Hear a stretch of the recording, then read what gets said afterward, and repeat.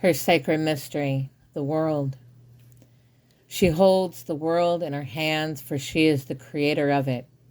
It is the garden that we all inhabit.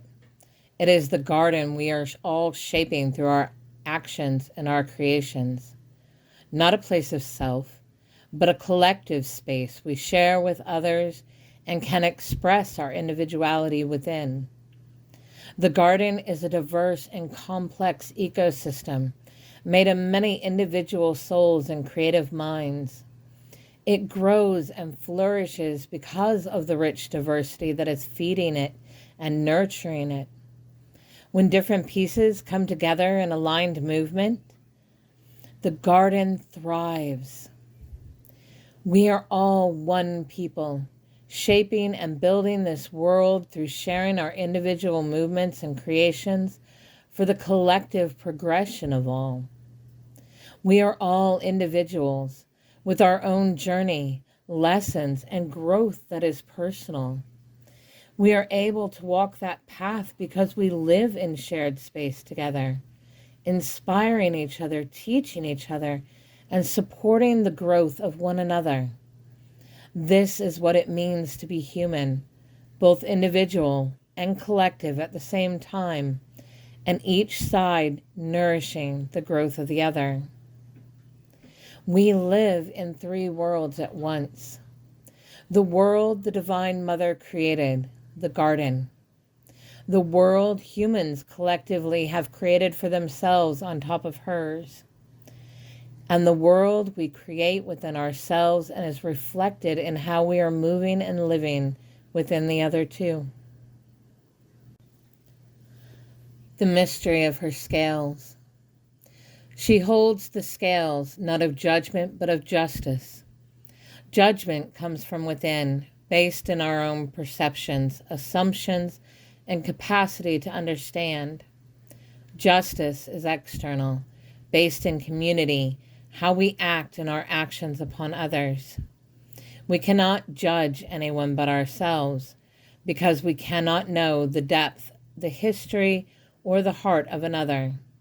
What we see is just the moment, a snapshot of their surface, and from our own perspective.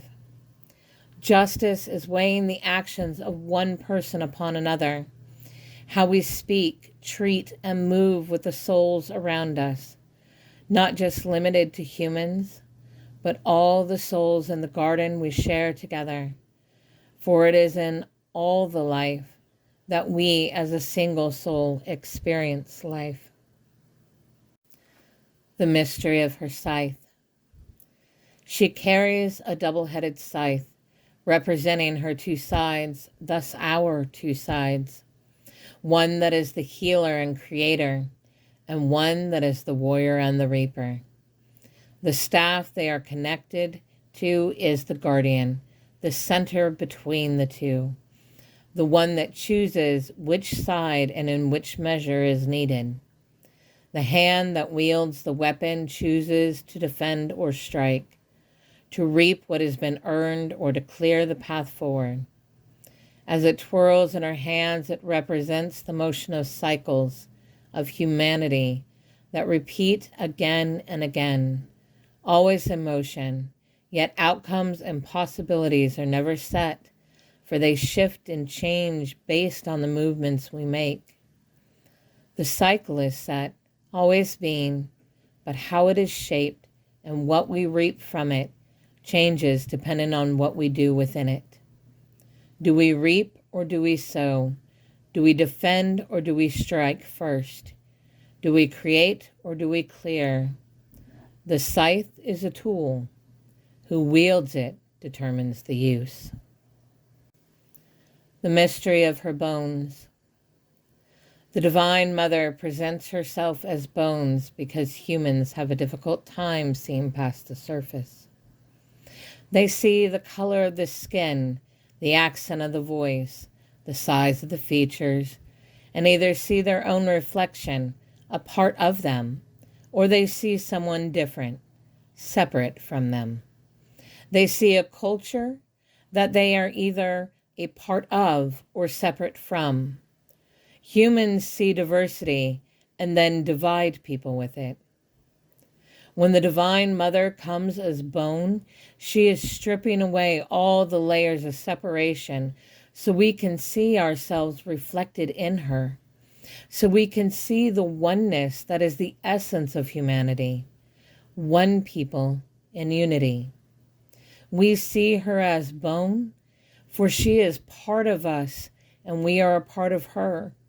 In stripping away the surface, she shows us our bone, for we are a part of one another, sharing the same foundations, having the same needs, and connected in the same ways. When we can embrace the Divine Mother as bone and see her beauty, we can embrace ourselves as bone, seeing our true beauty, and then embrace each other as bone, becoming one in our unity.